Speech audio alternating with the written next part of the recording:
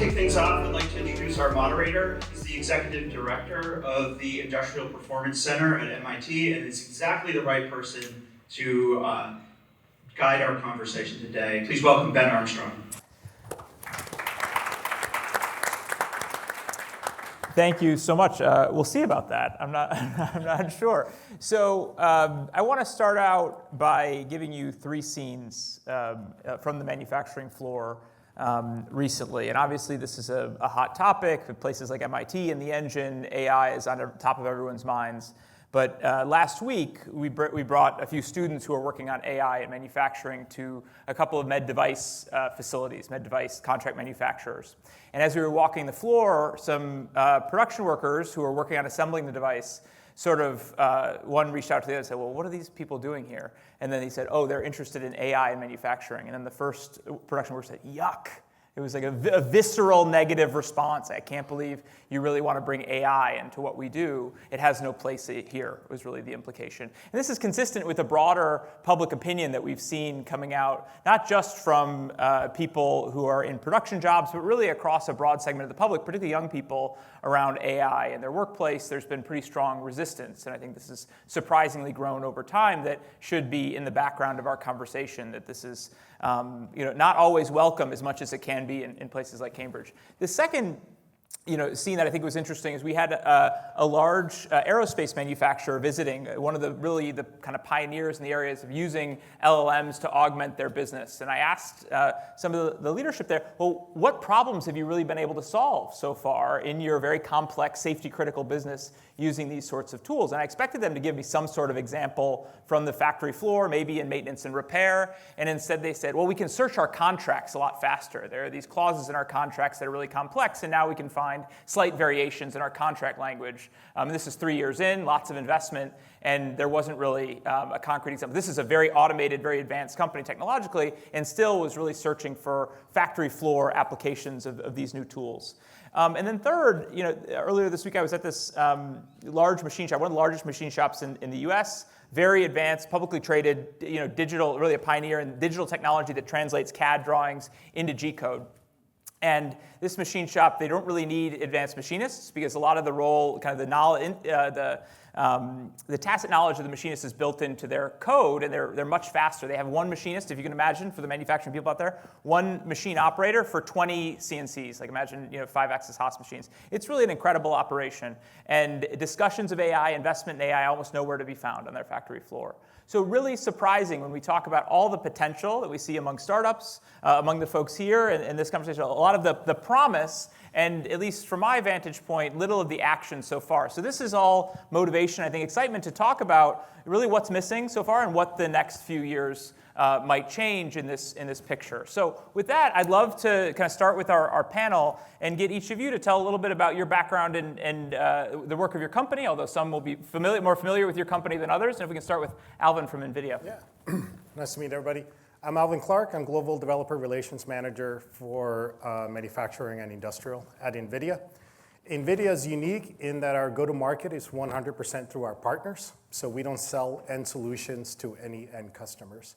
So I work with the companies, both large AI native, established 100-year-old companies in the industrial and the manufacturing space to be successful with our technology and to bring new solutions, AI-based and otherwise, to the manufacturing floor. Great. Yeah. My name is Dan Cummins. I'm from Dell Technologies. I'm a Vice President and a Dell Technology Fellow.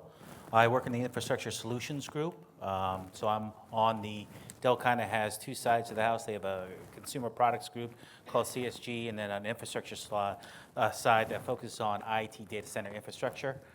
So within ISG, I drive the technical strategy for how Dell wins at the edge, serving multiple vertical markets. The other thing that I do for Dell is I run Dell's Edge Technology Radar, helping to inform Dell's strategy. And lastly, I sit as a board member on the Edge AI Foundation for Dell, as well as on the Board of Industry Advisors for Computer Science at the University of New Hampshire. Pete from Insulet. Yeah, hi, I'm Pete Gowac. I'm the Senior Director of U.S. Manufacturing for Insulet. At Insulet, we manufacture the Omnipod. It's an automated insulin delivery device for people living with type 1 and type 2 diabetes. So there's a factory up in Acton, Massachusetts here locally that I am largely responsible for. So we manufacture the Omnipods right here in Massachusetts. We have contract manufacturing in China. We have another site that's in Johor Bahru, Malaysia. We're standing up another factory in Costa Rica as well. So excited to be here today. Thanks, Liz. Cool. Hi, I'm Liz Asai. I'm the global head of AI at Hologic, which is a giant women's health company. We do most mammography, best breast screening exams in the world. My day job is really building and commercializing AI, mostly for clinical applications. But as a side gig to that, a couple years ago, we started an initiative to do a ground-up initiative to get more AI for workforce productivity. So that's also in my purview of how we integrate more of these AI technologies in manufacturing, but also all of our other shared resources across the company. Great. Thanks to you all. So Pete, if we could start with you. So you're building this product. You have a global manufacturing footprint. And you, of course, see ways that you can improve productivity or maybe improve quality, improve consistency across your factory floor. Have you found any ways that existing AI technologies are able to solve problems in that physical domain? And feel free also to talk about applications in the front office, which, of course, there are many. Yeah, no, absolutely. Yeah, I'm actually working with Helicon right now, with Evan and Dave at the factory level. And they've been great partners since the very beginning. So really when we were introduced, we're actually focused on the factory floor. I think there's sometimes a misconception that AI is this black box that sits in the closet somewhere, you plug it in, and your factory is AI'd, if you will. And so when I had met Evan and Dave, had them come to the factory floor, they actually spent a week on the floor with our entry-level workers, running the equipment, understanding. So we've got a couple exciting bits that are going to be helping in the predictive maintenance side of things, yes, improving quality. Our factory, we're very lucky that we might be a little ahead of others, having vision systems, sensors, cameras, things of that nature. And really it's about all this data that creates. And today it takes 100 engineers, right, to have to know where to look and know where to go in the systems to be able to extract that data, make sense of it, and then it takes time when you're trying to, root cause a problem or you're trying to understand why a piece of equipment went down. And so I think we've got some exciting ideas that we're going to be focused on over the next couple of weeks that are going to help us, in turn, give our factory a voice. Yeah. So can you walk us through more specifically? So walk us through your process and how it looks today, and then what might look differently once Sure. you're able to deploy the available technologies. Because I think people can imagine vision systems, right? Like end-line check, visual inspection, green, red, move on. But when you talk about predictive maintenance, it gets a little more complicated. yeah. What does it look like? So predictive maintenance. So when you think about, we have over 100 different pieces of automation on our floor. So it's it's a very automated assembly line. So really the human intervention side of that is, we look at the equipment and we only can see, right, the equipment actually picking up and moving parts. But really in large part, predictive maintenance is about what's happening underneath the equipment that you cannot see in the cams that are moving. And so, leveraging how do we use sensors to better understand the speeds of those cams? Because really what you can do is if you get a better understanding of how the speed of those cams is going to in turn create an issue within your equipment, you can see a problem coming before it actually occurs. So we've seen cams that are supposed to move at these speeds, and then when they start to drift on you, understanding, oh, hey, problem is right around the corner, maybe it's time to swap out a spare part, or maybe it's time to intervene with the equipment before you actually realize that breakdown time.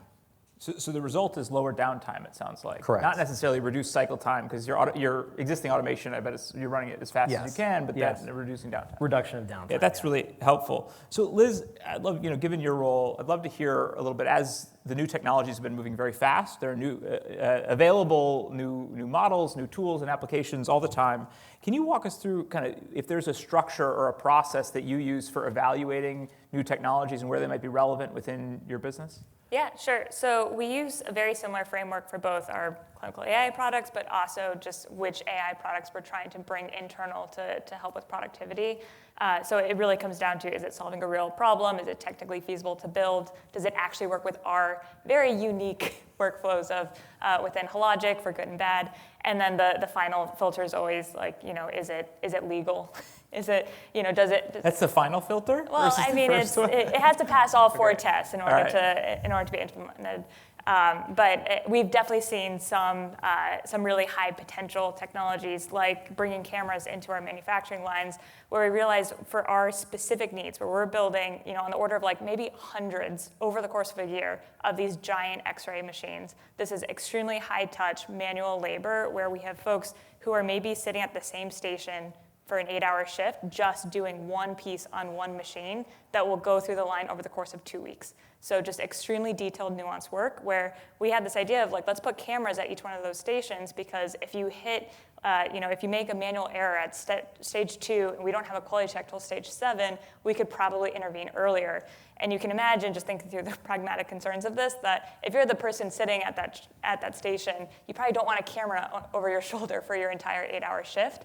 And I think those were some of the concerns where we were seeing a lot of vendors bring really cool tech to the manufacturing space, but it just didn't quite match up with what we needed in that moment. So what did you do? So that was an initiative that did not move forward because it didn't pass that workflow piece. Also, for something like that, to really train a computer vision model to be reading out of that video stream, you can imagine the training data alone to create. Either you're creating synthetic data, which is like someone's terrible job for a month to try to recreate those manual errors, and the fidelity of like if that synthetic data could actually train an algorithm was highly suspicious from a feasibility standpoint. Or you're recording for days, months, years, and then having someone label that video footage to try to train an algorithm, which also seemed really difficult, all while knowing that there was a workflow constraint. So that was why it just didn't make it out of the bullpen. So when you're doing hundreds of units, you're doing this assembly, very high value product. Yep. What we see a lot of manufacturers at this. Actually, that's the modal manufacturer in the U.S. that's doing relatively, comparatively low volume work that's high value added.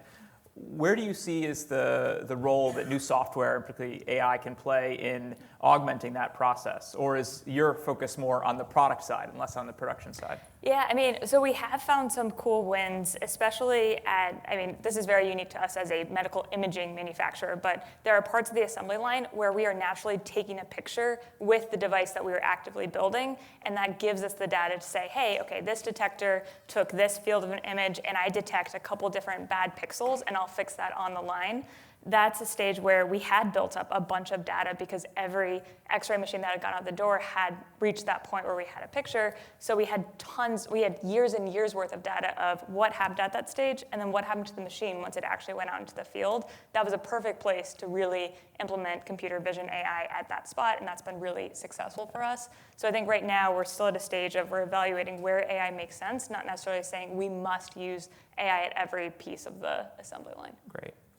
For those keeping score, we have 2 for 2 on lots of cameras, lots of vision in the distance factory. When I go to factories with no cameras at all, it feels like a missed opportunity in their infrastructure, despite some of the limitations and concerns about some sort of surveillance state atmosphere.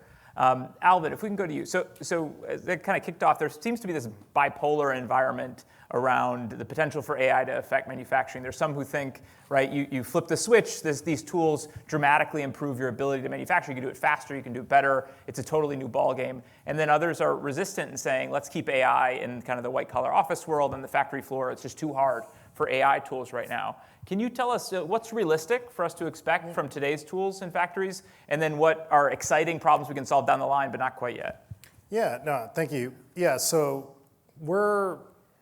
I guess starting off like the biggest, and we try to anchor everything on tangible business value. So what can we address is not AI for the sake of AI. So we look at the labor crisis that currently is going on in manufacturing. Manufacturing is facing a generational cliff. There are so many operators or engineers that are about to retire, and with them, they're taking the tribal knowledge, that tacit knowledge about the way the operations work, the way the machines work, the way the progress works. And that is not something usually in a modality that is very easy to understand or document in text, right? It's auditory, it's visual, it's any number of things. So we're finally reaching the place where the AI can take and actually intake all those different multimodalities in there, right? It's not just a document that an LLM processes, but it's a documentation, it's a diagram, it's video, it's audio, it's VLMs, and all of that. So where it can deliver value now, what we're seeing is really the augmentation of the human operators there across the different personas.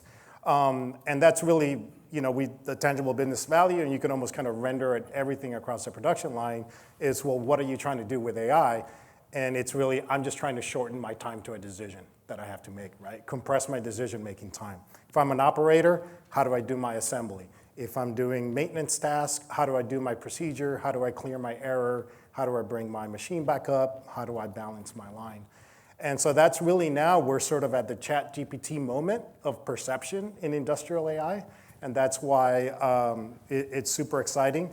Because before we've had this unstructured ability, right? Like these cameras, these images, but it was really hard to do anything with it because, as Liz mentioned, well, then I had to know what I'm looking for, and then I had to go curate a bunch of data, and then I had to annotate data, and then I had to train my model, and then I had to go and redo that all over again the moment I had to do something else. With VLMs now, it's almost why I call it the ChatGPT moment, is because everybody's done that step with ChatGPT where you gave it a PDF, and it was something that model had never seen before, it had never been trained on before, and he was able to generate some intelligence around it. Now I can do that with VLMs, I can do that with an image. If I can do that with an image, I add a little bit more technology, and I can do it with video, cross-understanding. Do that, I can do it with video, I can do it with real cameras. And now I can prompt and ask questions of the real world through all my cameras, and that means I can take the unstructured views of all my cameras and videos that are in my factory floor, and now I can ask it what steps were missed. How long was an asset being used? How long did this get from one station to the other station?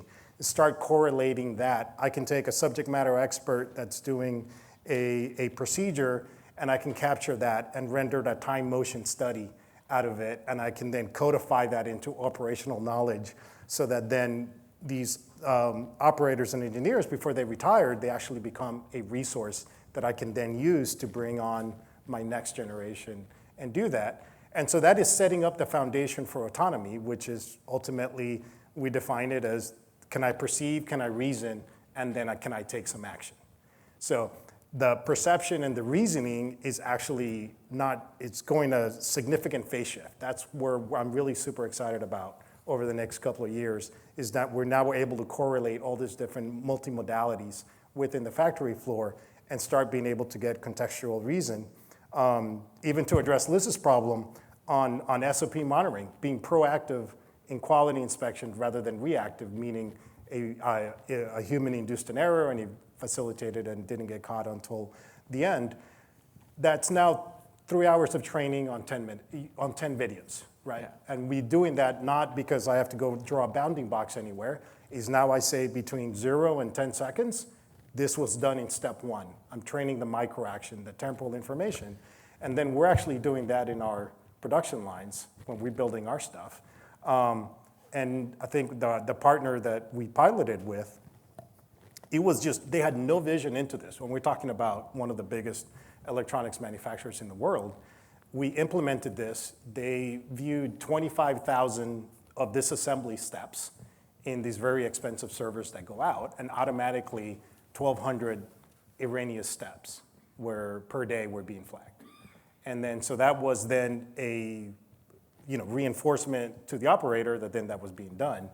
Another example is somebody, one of the biggest lighting manufacturers, they said, I am so glad for this just because I don't have to call my SME guy in on Saturdays, because I can codify the operations that he's there, and then now that operator is just asking that co-pilot, and that co-pilot is actually bringing up the little snippet of video and saying, this is the way you do the maintenance task. So that augmentation of the operators across the different personas on the factory floor is really where I think the change is. We're going to see that significantly first before we get to that full-blown lights-out automation. Okay. So Alvin, you gave so much detail that now I get to zoom in on some of your examples because they're interesting. So You mentioned sort of a demographic cliff with both kind of direct manufacturing labor, sort of technicians and subject matter experts. And one of the examples you gave was around repair technicians, for example. And I've been studying repair technicians in aviation, so I'm going to give you a real world example, right?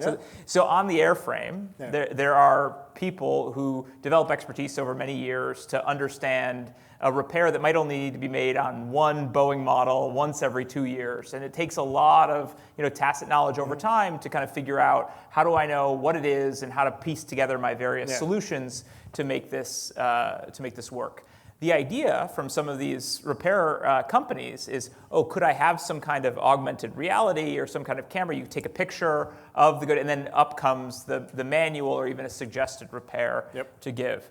And the idea is both can I increase the speed of these repairs, but also can I help someone climb the learning curve faster instead of spending all this time of going into the manuals, thousands of pages, et cetera, et cetera. Now, in the two examples you gave, both with your, I assume it's Flex or whoever your contract manufacturer is that you're working with, these are people who already know the process somewhat. They have some kind of established knowledge, and this is working on top of the established knowledge they have. And our colleagues in the MIT Media Lab, they did this paper, Your Brain on ChatGPT, which was very helpful. When you have the established knowledge, your ability to absorb new information from AI is quite high. When you haven't done the work before, your ability to absorb new information when it's through a ChatGPT interface is actually quite low. Only about 10% of people, when they did a research task, remembered anything of that task at all, right? So I worry when you bring in a new technician, if this is actually going to help them absorb in the long term the information of how to do the repair task, or if it's just going to be a shortcut for them. Do you think about how to manage that trade-off at all when we're really talking about bringing up a new generation of skilled professionals with these tools that we're not quite sure if they're going to build the same kind of long-term tacit knowledge? Yeah, I think there's two sides to it, and there's one, and then if you look at the company, and I'll mention it here, the partner is DeepHow, and they started off by codifying tacit knowledge through video and then using VLMs and everything else to create operator training. And then now they're taking that and say, okay, I already know how to train somebody and have that co-pilot and that assistance readily available, and they do quiz. But then now can I also then reinforce that training while they're on the line just to help them, kind of build up the muscle memory on it. So I don't think it's straight, hey, come on, get hired, and then go and then start doing the assembly task of what's probably some very high value X-ray machines or otherwise. But it's really there is you have to still have that operator kind of training in the front end, and then you have the assistance on the back end while they're actually being deployed to really understand, hey, this person's really good at this one. They may need additional training for a different capability. We're now kind of doing like, where is just the tasks that are not ergonomic in nature for, how do I help balance the line otherwise by doing some of this data intelligence? So it's always not going to be necessarily like jump straight in, it's a silver bullet, everybody can just automatically start doing this. You still need the training on the front end, but then AI is helping there. And then, like I said, one of the manufacturing managers that I managed was, he said, my SMEs are SMEs for a reason. They want to do that job. They don't want to be training, officers, right? But I'm having to take them off the line to do that because they're the ones that really know how to do this. They're the ones that do that. So now that we can actually capture that knowledge, use that as operator curriculum, and then have them go back and do the jobs that they're good at, then that's a big benefit. Wonderful. Well, so Dan, there's a lot of topics on the table now that we've teed up for you here. But I wonder, given your role, and if you could kind of build on if you take the vision from Alvin and some of the pre-existing kind of applications of these tools on the floor, tell us, what does this add up to in the next generation industrial facility, whether it be a factory or another, let's say, a hangar for maintenance and repair? How do you see this physical world changing once these tools are deployed? Yeah, so I'll give you sort of a biased Dell view. Please. Right, because Dell's view with manufacturing, both for our own manufacturing facilities and some of these use cases, where very much it's still a computer vision use case with helping to speed throughput in our own manufacturing lines, but also the vertical markets that we serve.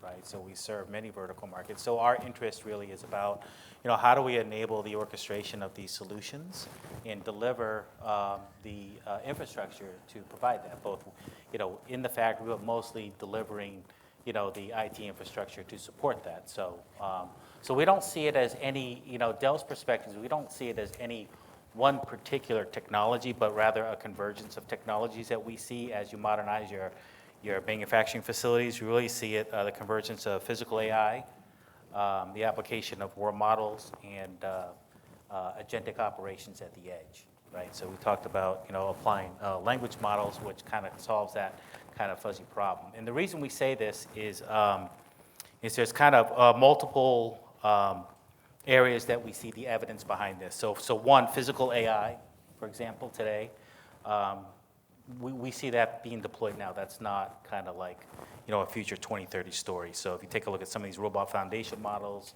Gemini robotics, things like that. We also have a customer that's using humanoids today that is using, serial production, world models, another emerging technology that we see that can provide differentiation by providing vertical world models. And the thing that's important there is that the training data or the simulation data that they're using creates differentiation. And we see that Dell stepping in to help them train those world models.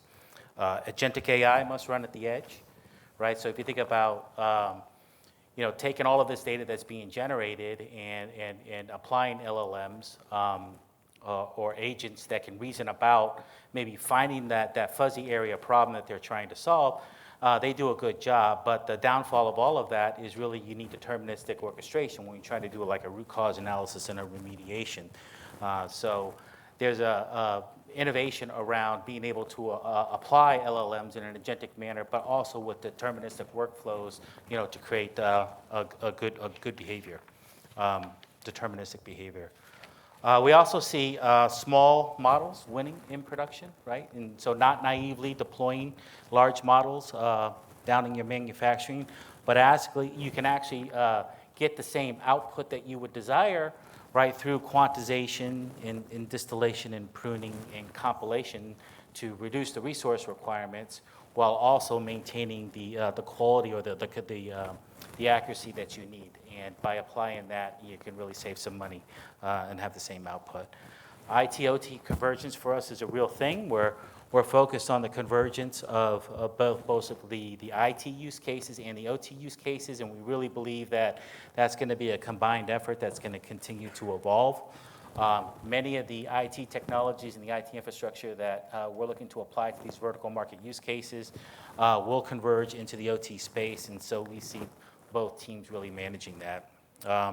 We also see the orchestration of the vertical market applications or the models themselves, right, using ML operations. We don't believe that it's really a solved problem between OT and IT, right?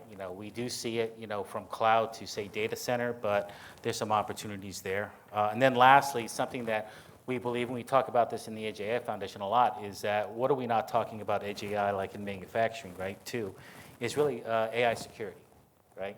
So if you're deploying models, out there in AI, what are you going to do to secure those models from attacks? So, and then we have, so if we want to talk about 2030 to 2050 outlooks, I have a few things that I can summarize there. So by 2030, this is what we see. So we do see Edge AI adoption reaching about 50%. Today it's about 20%. We do see predictive maintenance becoming a standard. So digital twins, really helping there to deliver a 30 to 50% downtime reduction. We are seeing more humanoids being deployed, but they're limited in their tasks. So we believe by 2030, or we'll see probably 15 or more companies, deploying humanoids, but they're going to be still limited in the tasks that they do. Mostly, things like picking or inspection or dexterity things that are helping in manufacturing. We're also seeing polyfunctional robots and the ability to reprogram or restructure those robots, right? The time for that really reducing to under 15 minutes. We already talked about IT-OT fusion, which is kind of a big thing. And then lastly, we really believe that sensor fusion is going to kind of mature by 2030 into a platform where that sensor data is the currency where you're making purchasing decisions on how you're going to solve that. Looking further out, speculatively, from a Dell perspective in 2050, I think the ultimate goal is to get to lights out manufacturing, but I want to talk about what Alvin kind of highlighted is we still believe that it's going to take a while to get to true lights out manufacturing, and that humans are going to continue to be augmented with physical AI, right, to help them, right? We do see world models replacing these empirical processes. We see embodied AI approaching human-level dexterity. We also see technologies like 6G and creating a wireless mesh across multiple factories for inferencing as something that's emerging. And then lastly, manufacturing really becoming that software-defined, place where, you can ultimately end up achieving a full lights-out manufacturing. So kind of a long-term view, but technologies out to 2050 are always speculative at this point, and they could be rapidly changing. But I know I kind of gave you a lot. But No, that is a lot. I think that's good for so I want to give it over to the audience for questions, so please think of your questions now, but first we're going to do a little bit of a attention check quiz. So what percentage of factories today in the US, let's say, have any robots at all? We can go classic arms that you see on an automotive floor to new humanoid type, even bipedal robots. What percentage of factories? Any guesses? No, US. Yeah, we have 250,000 factories in the US.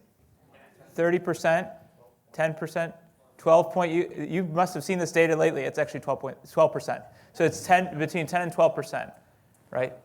So we've had these robots deployed since the early 1980s, so 45 years, and we're at 10%. We haven't actually moved the needle in terms of new robot adoption. We have, of course, a steady pace of purchases of new robots over the last 10 years, but it's about 12%. And 50% of those robots are in automotive. A part of the manufacturing economy, it's only about 10% of American manufacturing.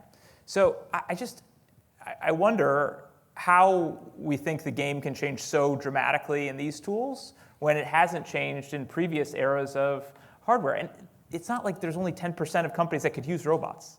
We see that when companies do adopt robots, they're more productive, they actually hire more workers, and they're more profitable. So it's like this weird paradox. AI could do the same thing, could make you faster, more productive, more profitable, and yet you could end up with only a small share of companies that are using them. So this adoption problem, I think, is really key. And I'll leave this question to you if there are no questions from the audience, but I don't want to neglect the audience first. So maybe we could pair that with someone else. Yes, sir. Yeah, can you just give your name and affiliation if you don't mind? And we have a mic coming around. Consulting for Industry Forward. I help manufacturers who are stuck with AI kind of figure out not the technology but the workforce and people side. One of the first things you mentioned was the adoption challenge. And all the examples you gave are great. Those are things I see. But how are you overcoming the resistance of the workforce to actually accept these solutions of your factory floors? Is that for me? Whoever, you jump right in. Yeah, so I think even internally inside of Dell, even in our own manufacturing, right, there is an experience, traditional experience, right, is where people are kind of gravitating towards. So the adoption of becoming an AI native is a problem, right? But, as the workforce, I think you said it, Alvin, as the workforce starts to age out, right, you're getting new AI natives in that may help, right, the adoption of these technologies. But I do think it's really, kind of an education in how can I get involved, right, with these, understanding the AI and applying the AI, and how can I see that it's going to help me.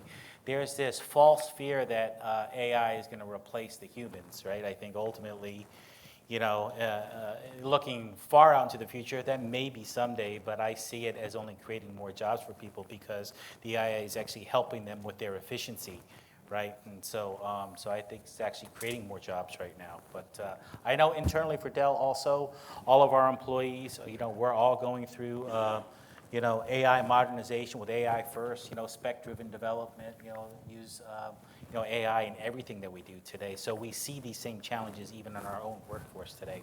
So I do think it's going to be a ultimately a self-correcting, exercise as AI matures, becomes easier to use, as more orchestration, is available, right, to make the adoption easier. But it's only escalating today. I mean, maturing and escalating at a much faster pace than it did in years past. And most of that's due to a lot of the technology advancements, whether it's SOC, application frameworks, right, availability of models, right, all of these things. So, Any other?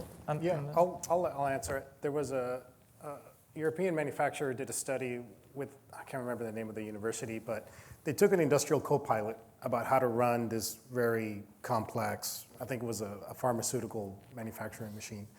And they put an industrial co-pilot on it. You can ask the machine questions about what's going on and so forth. And then they ran a study. And they saw usage, especially on like the second and third shift, go high, and then they kind of did an interview on it. And thinking that, okay, the people that were saying now use this industrial machine or industrial co-pilot, they're gonna feel like their job's gonna be, they're not gonna like it, they're gonna push back on it. And it ought to be the opposite. They felt more empowered. They didn't have to go and find the question and ask the dumb question. They were able to sort of fish for themselves, right? They had the co-pilot. They were able to diagnose issues with the machine a lot easier. They didn't have to go bug their the person on call, especially in the middle of the night. And they actually felt more secure in their jobs at the end of the day because they had essentially at their fingertips this additional great tool, this knowledge base of how to do their jobs and how to work with the tools and work with the machines that they were giving. So in a sense, when we talk about augmentation, we're really kind of talking about like, one, getting, automating away the jobs that really nobody's gonna want, right? Like that is, nobody wants to go and sit there with a scanner and for 8 hours and scan things, right? But it's also then how do you make somebody that's just more efficient, more empowered, better at their jobs, right? And ultimately, I think if anybody's good, if there's, hey, I'm getting less flags for more quality, I'm getting, kudos because I'm able to pick up this assembly task, I'm now an SME. I mean, those are all, from a worker perspective, things that should make you feel good and you're more efficient and there's more in the progress that's relying on you. Yes, sir. Hi, my name is Jonathan Lowe. I represent Amalgo.ai, and I have a question for probably Ethan. You mentioned about the predictive maintenance work and the vision work that generated big successes for your companies. What metrics do you measure when you're describing that success to your leadership? And what sort of % return on investment should other companies expect if they were to apply the same kinds of solutions with AI in their shop floors? Yeah, I'll start. So a couple of big ones for our maintenance operation group. You have mean time to repair, right? The amount of time you go to answer a ticket, you get to a piece of equipment. How long is it taking you to get to write a resolution and get that equipment back up and running? On the other hand, you have mean time between failures. So when you got to the piece of equipment, did you apply a Band-Aid and it's gonna break down 10 minutes later or 20 minutes later? Or are you truly getting the right output? We're expecting, a 15% increase in OEE for the amount of downtime that we spent. So when you think about OEE, you've got your bucket of performance and quality and availability. Availability is the biggest one, right? So with that predictive maintenance model of how quickly can we not only get our technicians there, but are we providing them with the right data, the right tools, so they can ask as few questions as possible and really diagnose what's happening. So the two big ones, mean time to repair and mean time between failure. Maybe because we are coming from the clinical AI world and it's a lot of the same team members who are working on this, we measured sensitivity and specificity, where you're really looking at like false positives, false negatives of like, all right, we're looking at this detector, does it have a defect or not? And we were able to use measurements from historical data of here's all the pictures of what things used to look like, here's how the machine performed out in the field, and then you could actually calculate, well, for every false negative that we would have not said that there was a defect and it went out there, if that machine breaks down, we have a 3-year warranty on that part, that's us just eating that cost. But false positives also hit us, because if you're saying there is a defect, but maybe a human would have let it pass and it would have been fine, now you're scrapping material that you didn't need to scrap, and that's a really expensive part. So the financial model was actually fairly easy for us to make because we treated it almost like a diagnostic. Very quick follow-on.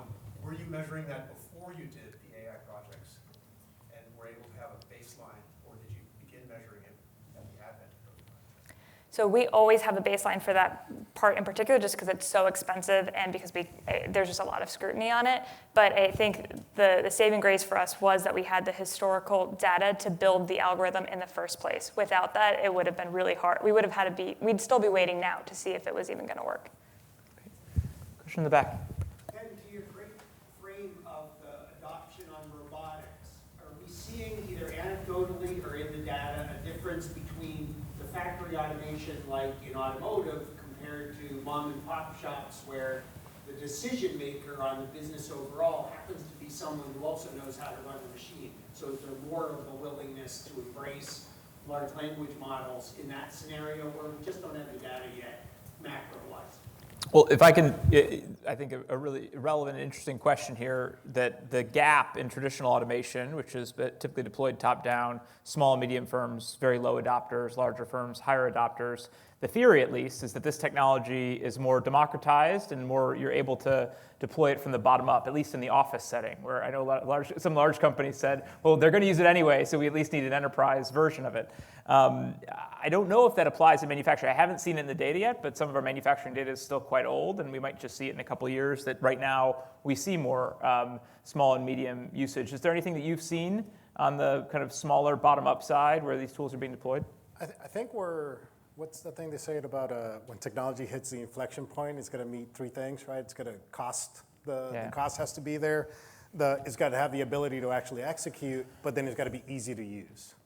And I think with probably within the next few years, with the adoption of the vision language action models, the VLA models, that's going to make the adoption of automation, especially robotic automation, a lot easier for that longer tail of manufacturers, because you will, instead of having to either dead reckon or the ability to go program the robots is really the main hurdle of adoption now. Now the ability to say, okay, here's my cameras, understand the contextual space of my cell, and describing natural language, the job that needs to be done, and then maybe give it a few CAD files so it understand the parts that he has to work with, and he'll be able to go and reason and create all what needs to happen for that. I think that's going to drive the adoption. We're clearly not there now, but I think that's what's going to kind of unlock things more for what I would say the medium to smaller tier manufacturers that go, okay, alongside this robot, I also don't need to hire or figure out all these other things alongside. I understand the path to adoption. So Alvin, and I welcome any input from robot folks in the audience. I'm sure we have some folks who've worked with like the UR system, for example. So you're partners with Universal Robots, and you are learning by demonstration, teach Pennant. They've tried to really reduce the cost, reduce the time to reprogram robots in a machine tending or palletizing environment. It's pretty easy. Like they do the training, it's pretty easy. And the adoption and scale up of those robots is still low. So is it an easiness problem? Is it like you said that the biggest barrier right now is the programming and reprogramming of the robot to adoption. What leads you to believe that? Oh, I was just kind of looking at it based from where I look at it. Maybe I'm kind of more skewed toward the more complex, the robotic arms, the humanoid start of it. And I'm not from the robotics team, so there's also a potential gap in my knowledge. But predominantly, that's what we've seen in terms of when, either through the teaching pendants, through the simulation software, or the current state of the simulation software, the ability you have to define the cell, you have to bring in all your 3D assets, you have to have the coordination of the perception.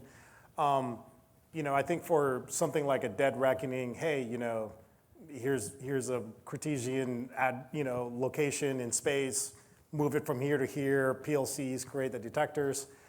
That's great, you set it up, but that's great for volume manufacturing. And if you're smaller and then you're like, okay, well, going through all of that and I'm going to make 5 parts, then maybe it's not worthwhile for me to do that. But then now if I'm like, if I can have it here, he knows how to use my tools. He knows how to problem solve kind of based on the problem statement that I described in natural language. Yeah. And then the changeover, the turnover of that robot to then go from making part A to part B is now minutes rather than days or longer. Then I think that is maybe perhaps where I say the ease of use is there. It's not necessarily in the sense that, hey, if it's going to be like, like a welding robot or what, the automotive, the guys that spray, control the seams, all those, yeah. I mean, it's just dead reckoning, right? I mean, it just goes there. And even then we see problems in the sense that I was at an Ohio manufacturing plant and they said, hey, we have a robot, it's got an extrusion head, it's got to go in and put a sealant between these two body panels within the paint shop. The thing comes in, we can't lock down the carrier because that would take too long to unlock. And so sometimes it'll rock and then it's off by 2 millimeters and then someone's got to come in and manually fix that problem. Now we're getting to the point where the AI can go in and like, okay, now I can in real time perceptibly go and see what the seam is off by and actually do the dynamic path planning and actually rerouting dynamically in it. So the robots that are even there that are kind of what I would say dead reckoning kind of dumb robots, we're actually now kind of making them even just in the current deployments easier to use in the sense that they can solve these problems that are being more proactive and alleviating all these secondary fixes that have to have human intervention in the capability of it as well. So that's my take on that. Any reactions or questions? Yes, sir. If your name and affiliation would be great. Jack O'Brien, co-founder of Quantum Core Technologies. I think you mentioned the democratization aspect of this.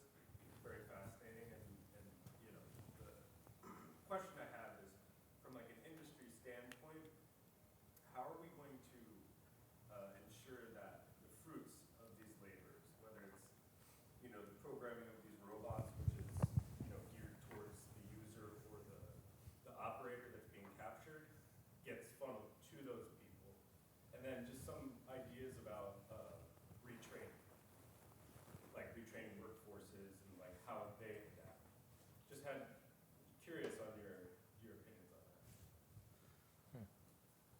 Yeah, I might be able to answer the back part of that. So, at my factory, at my site, we have hundreds of robots, many different variations of them, and so we have an entire team of controls engineers, if you will, that spend an incredible amount of time teaching these robots. And when you're in manufacturing, you're measuring things in thousandths of a square inch, right? And so the precision that you need to have and the ability to train these robots, is very, very challenging to scale, right? Because there comes a lot of education with that. So we've actually put in place some development opportunities where we've actually had to build out what we call our learning academies at Insulet. So our manufacturing academy, our maintenance academy, I should say, where we have specialized training that we have created in a curriculum because our process, our equipment, our people, everything about what we do is unique. What I say about our manufacturing is not going to be a custom fit to the next manufacturing site or the next, but understanding your process and leveraging your people to, I think, develop that curriculum. We've been very successful in being able to, cut years out of what would, I think, historically be, a 4 or 6 year, education, and we're cutting that by 50%. Great. We have time, I think, for maybe a lightning round, final questions. I'll bundle whoever has questions left, maybe even add one of my own. Yes, in the back, please.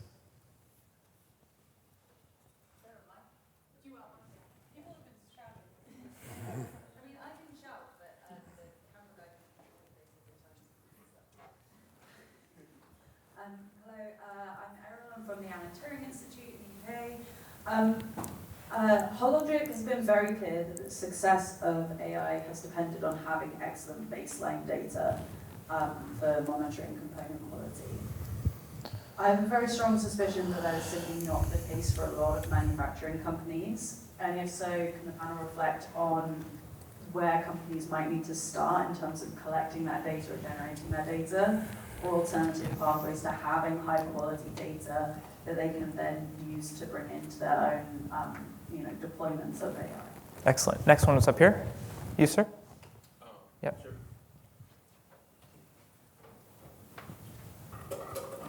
Matt Nichols with Product Insight. So I was thinking more specifically in terms of the Hologic factory floor. We just had a really good opinion about, we've been doing machine learning for a long time, and AI learning is new, but we've been doing a lot of things there in terms of like what robots can perceive.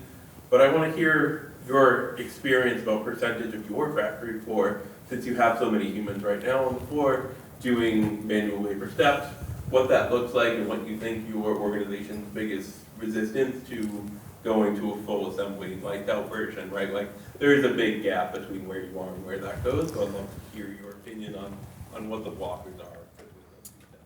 Great. Any final from this side? Underrepresented? No, back there. Yes, sir. Last one, and then we'll wrap.